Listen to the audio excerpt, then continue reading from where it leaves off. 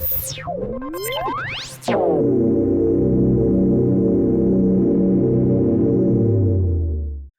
right, Zach, let's get a little preview in here. The linebacker room, an exciting room. Lots of talent. You think? Some vet, yeah. Lots of talent, lots of star power in the linebacker room. Zach, what are your thoughts on linebacker going into the season? So I do have a question. I'm just gonna start it off with this. I'm gonna start off with this question. All righty? Okay. We're gonna make a bet. Okay. Although it probably won't be much of a bet because I think we're both gonna go the same direction. Okay. Probably. Unless I change it up. Let me see. Hold on. Let me look something up real quick. You say a few things, and then I will come right back. I have to do a little bit of research real quick. Yeah. So my thoughts are obviously very excited of watching year 2 of Harold Perkins, but I think even more so, I'm excited about what Harold Perkins can do in his new position. Yep. With Omar Spates, however it is, with him next to him. I think it is going to be a dynamic duo between. Now, remind me, Reagan, I'm going blank here for a second. Harold's going to middle or weak side? He's going to the middle. He's going to be in the middle of the defense. Middle. That's right. Okay. Yeah. Yeah, absolutely. So I think weak side's going to be Omar. If I had to guess, because he's not going to be the jack, he's going to be your other one there. So yeah, the jack's going to be Gofu.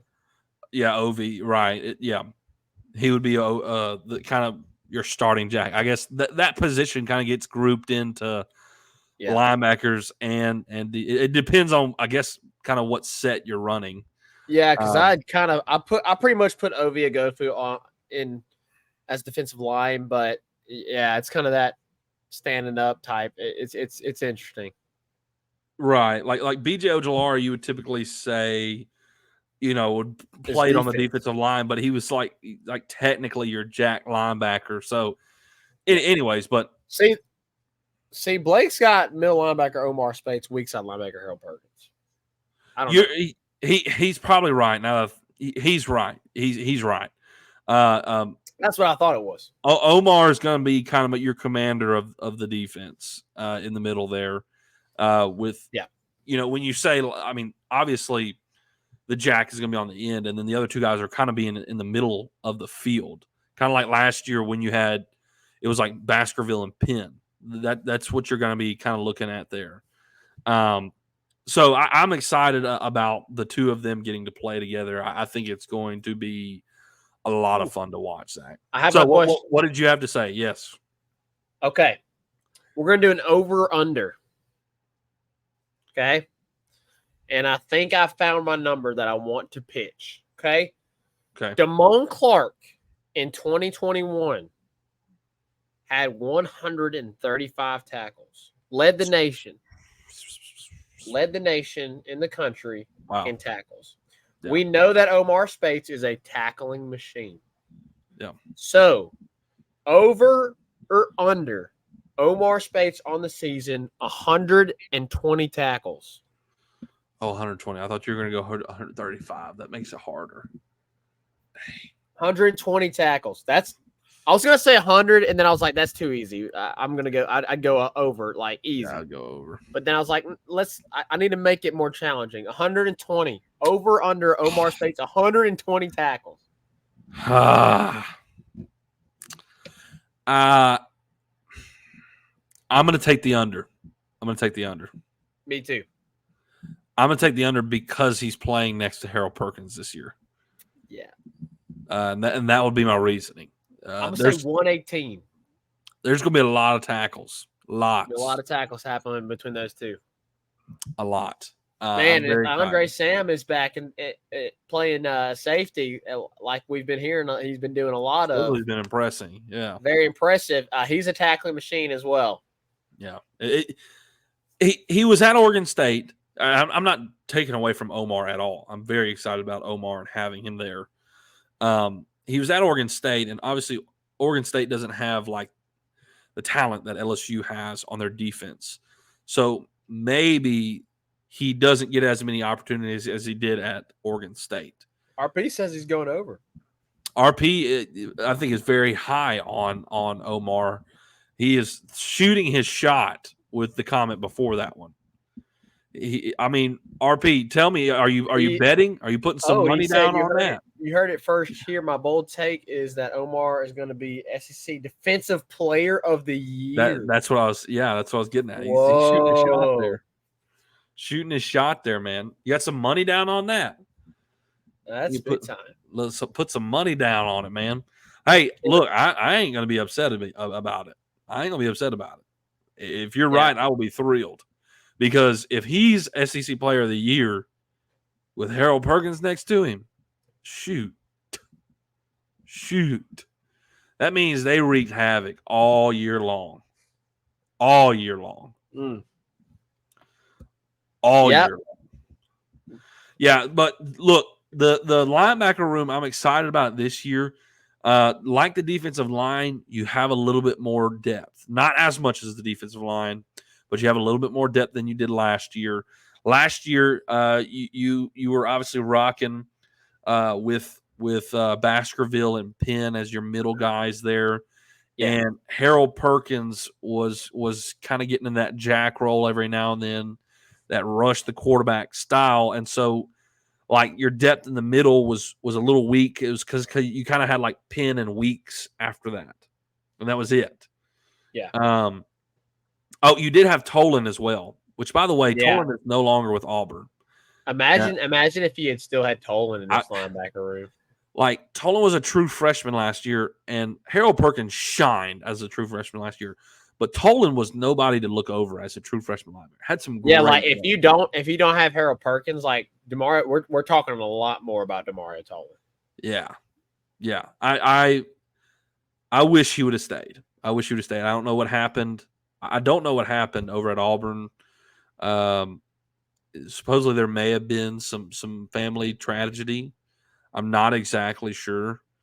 But currently, what I heard last is he's not with the team. But obviously, if there's been some kind of tragedy, our thoughts and prayers are with Tolan. But man, I would have loved to have him back because he looked really good last year. Yeah, I was really high on him when we were recruiting him. He's got a good ceiling.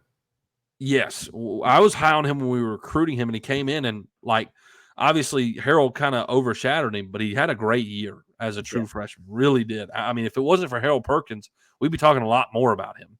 But you have more depth this year. Obviously, you have West and Whit Weeks now, both on the team, and you have Greg Penn, and you brought in Omar. So you have a rotation now of guys. I mean, you have, after Omar and Harold, because Harold gets to play that in the middle now alongside Omar, you have three guys behind them. So again, you have more depth to stay more fresh, to be more rotational, because Baskerville I was on the field a lot last year, a lot, just like Mekhi. Obviously, he didn't play as much as Mekhi Wingo, but he was on the field a lot. And obviously, Harold, it's not like the defensive line where you need to have to rotate them as much, but it's nice to have more depth in case injuries happen or something like that. So, Zach, I'm pumped about the linebacker room. Obviously, there's star power, but the depth is obviously going to be a great thing. And the Weeks boys, I think, are going to be a great rotational part of this defense. Yeah, I have to agree. I think, last year when you think about the linebackers, it was really four guys, right? And that was really it. And I don't know if you even necessarily count Harold because of the position he was playing. Right. But now you've got a little bit more depth. You've got a little bit more guys there. And I am interested in what the Weeks boys do. I think they're going to be very key. Last year they obviously it was only Witt back there last year, right? Was Witt's the older one? I think it was West. West was back there. I thought it was Witt. I can't remember. I think Witt's the older one. I'll look it up real quick. Anyways, the older Weeks brother, he wasn't. I mean, he got in the game, but he got in games, but he wasn't like a key. West is the older one. Witt is the freshman. West is the older one. Okay, you're right. Witt is now wearing number 40. Number 40. So West, he played in some games, but he didn't have like a major role. I think his role definitely takes a step up this year and as a rotation piece. See, RP thought it was the same thing. He said West is the younger one. Well, I mean, I'm not trying to be a jerk or anything. No, you're right. You're right. West is a junior and Witt is a freshman. Yeah, you're right. So, anyways, I really think that could potentially be the strength of the team. I'm just really like, there's some pieces to the defensive line, like Ovia Gofu. We haven't seen him play in an LSU uniform yet. Yeah. Savion Jones, we've seen him play, and he had a good year last year. But how does he do in filling in at that defensive end starting role? Yeah. In a starting role now, like Harold Perkins, we've seen Greg Penn, we've seen Omar Spates. We haven't seen him in LSU uniform, but you just know the caliber of opponent he is. And then obviously we've seen West as well. Like, I think we've seen a little bit more, not much, but we've seen a little bit more from the linebackers experience-wise than we have the defensive line. Mason Smith's coming off injury. How does he look? I mean, he's going to be a freak. We know that. So, like, when it comes to, like, comparing – and we know that the secondary is the biggest question, right? We already know that. So, when it comes to, like, what unit is going to be the best unit on the defense, I think it's between these two groups that we just discussed last week and tonight. And it's very debatable. It's very debatable. I think I lean more towards the linebackers just because I feel like there's a little bit more experience there from everybody that's returning, because you have Harold Perkins, who is arguably the best player defensively in college football. Maybe he makes a push towards best player in college football. I think he's got a ways to go for that. But defensively, he's arguably the best defensive player in college football. So you have that. When you have that guy in your unit, like, you're gonna make a pretty good case that it's your best unit on the defense, no doubt. And obviously Greg Penn, solid. Omar Spates, tackling machine, and then West and Whit Weeks are going to be solid as well. So I think I'm a little bit more confident. We've also heard there's been a little bit of some concern from the pass rush from the defensive line. So when it comes to this could very well be your best unit on the defense.